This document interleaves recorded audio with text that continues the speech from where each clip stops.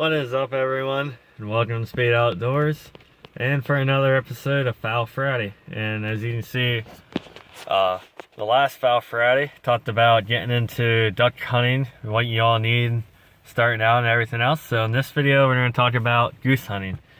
And well, the basics: you're going to need a gun, you're going to need places to hunt, but here's where everything completely changes. And there's a difference between hunting water and hunting land. So we're going to start off with water.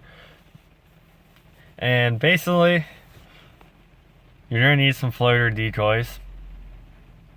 And I started out 4 Greenhead Gear Pro Series goose floaters, and I killed geese on them. You don't need big numbers. Big numbers helps. But as long as you find the right location, I mean, there was times where we didn't have the right location. We just went out and winged it, and we still killed geese. It was a lot harder, and stretched a couple out. But no, just get some goose floaters. Your best bet's to try to, buy maybe 4 or 8 real good ones, and then buy some lesser quality ones at a really good cheap price. So like the end of the year, on like a yard sale or public sale, something like that, and just get some cheaper ones to spread out so you have numbers. And if you hunt water, and especially in wintertime when there's ice and there's snow, you're going to want some sleeper shells. Sleeper shells are king.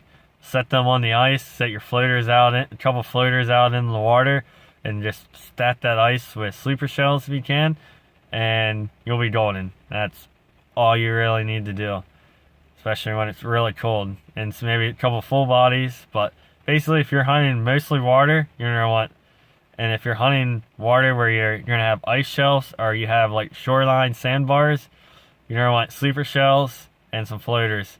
Maybe a few full bodies. Maybe you can buy like a century pack, like a 6-pack of full bodies, and they'll do you just fine. And then you're going to need a pair of chest waders. You've been going through the water in a boat, kayak, or just hunt from shore like I did for many years. So, alright, now let's get talking the land. And this is where you're going to start stacking up in a lot more money and a lot more gear. But basically you're going to need a layout blind. And there's a bunch of different layout blinds out there. I have an Avery Power Hunter. I love the thing. It's real low profile. If you're a small person, like my size, I'm 5'6", like 170 some pounds, somewhere around there, it fits me perfect. Now, if you're too much bigger than that, you're gonna probably run into some trouble fitting in that thing, because my feet almost at the end of it, and I'm only 5'6". But it's a really good blind, and really conceals you well, and low profile. Matt's Prairie Winds makes a blind. I can't exactly remember the name of it. My buddy has one. This past Saturday was the first time I seen it. We needed an extra blind with, and he brought it with, and actually, I kind of really want to get one. It's real simple. It's almost like a backpack kinda, and it just sprawls out, and you got a little backrest, and you got a thing that covers you. And it works really well. It's really nice, and they're really cheap. They're like, I think you can get them for about $60-$70 on Matt's Prairie Winds.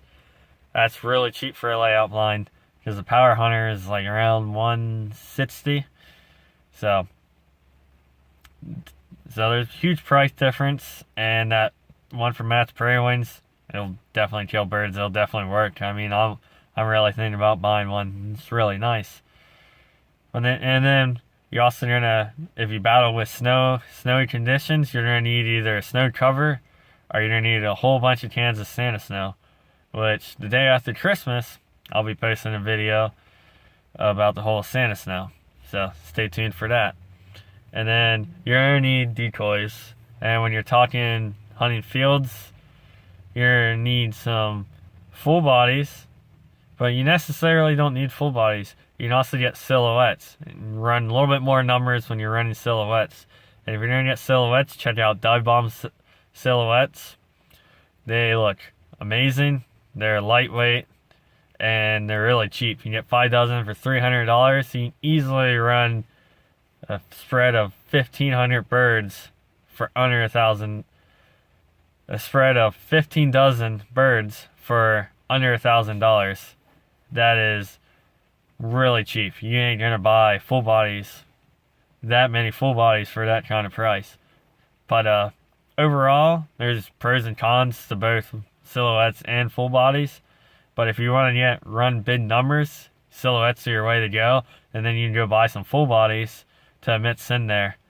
And then you're also going to want to buy some sleeper shells again, because when you got snow on the ground, or it's like freezing cold, like 0 degrees with negative something wind chill, those birds, whenever they hit the ground after they fly, they're going to lay down and they're going to go to sleep before they go feeding.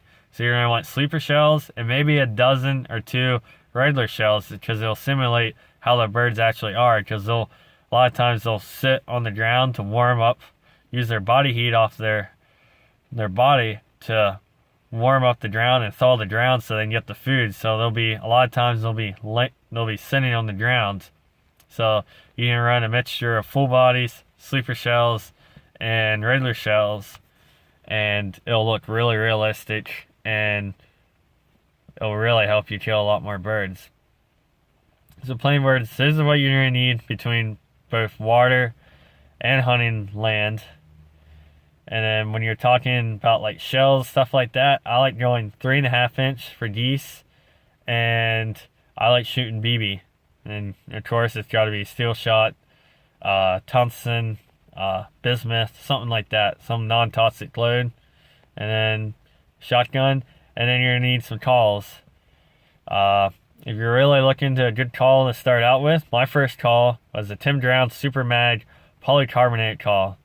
It was like $55, $60. It's a great call. I still use it out in the field today, and it works great. I mean, every call that Tim Drown's ever made was really good, and it's definitely a good starter call. I killed my first geese with that call, and it works awesome. Another really good call, it's just new to the market, and I just got it a couple of weeks ago, is the Lifetime Waterfowl Company Go-To Goose Call. Sounds great. Joe Heinz is the owner of that company, and he has Fowl Family TV. So if you want to check out any of his videos to see his newer videos, he'll show the call, and I'll also do a sound file of that call, and I'll post it up here too.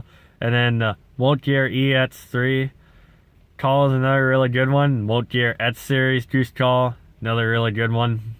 And basically that 3 calls are basically all about the same line, because Tim Drown's helped Scott, the owner of Molt Gear, and then Scott helped Joe, the owner of Lifetime, make calls. So it's kind of all like the same generation. But I have all those calls. I have the Go-To, the X Series by Molt Gear, and the Tim Drown Super Mag, and I love them, and I wouldn't get rid of those calls for nothing. But plain words, that is what you need to get started in goose hunting.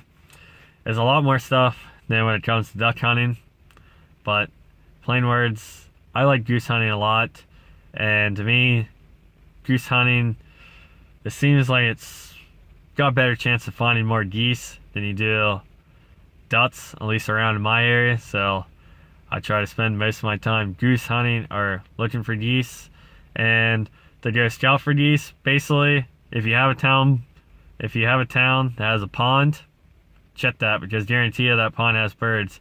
So then you just sit there till they fly off, and then follow them to the field, knock on doors, ask permission. And if you're hunting water, just go to the river. Sit there on the river for afternoon and see what you see. You can usually, after hunting there for a little bit, you can usually pinpoint where the birds are going to or working, and then go from there. Or just keep an eye on the river when you spare time. Take some boat rides or something, or have your buddies that fish, boat, or whatever, have them keep an eye out for you. But basically, that's what you need to get started out in goose hunting. And I hope you found this video helpful, and I hope you have much success out there goose hunting. If you have any questions about anything that I shared here, please comment below and I'd be gladly to answer them. But anyhow, thanks for watching. Please like, share, and subscribe. Stay tuned for more videos in the future. Good luck out there hunting. Be safe and have a good day. Thank you.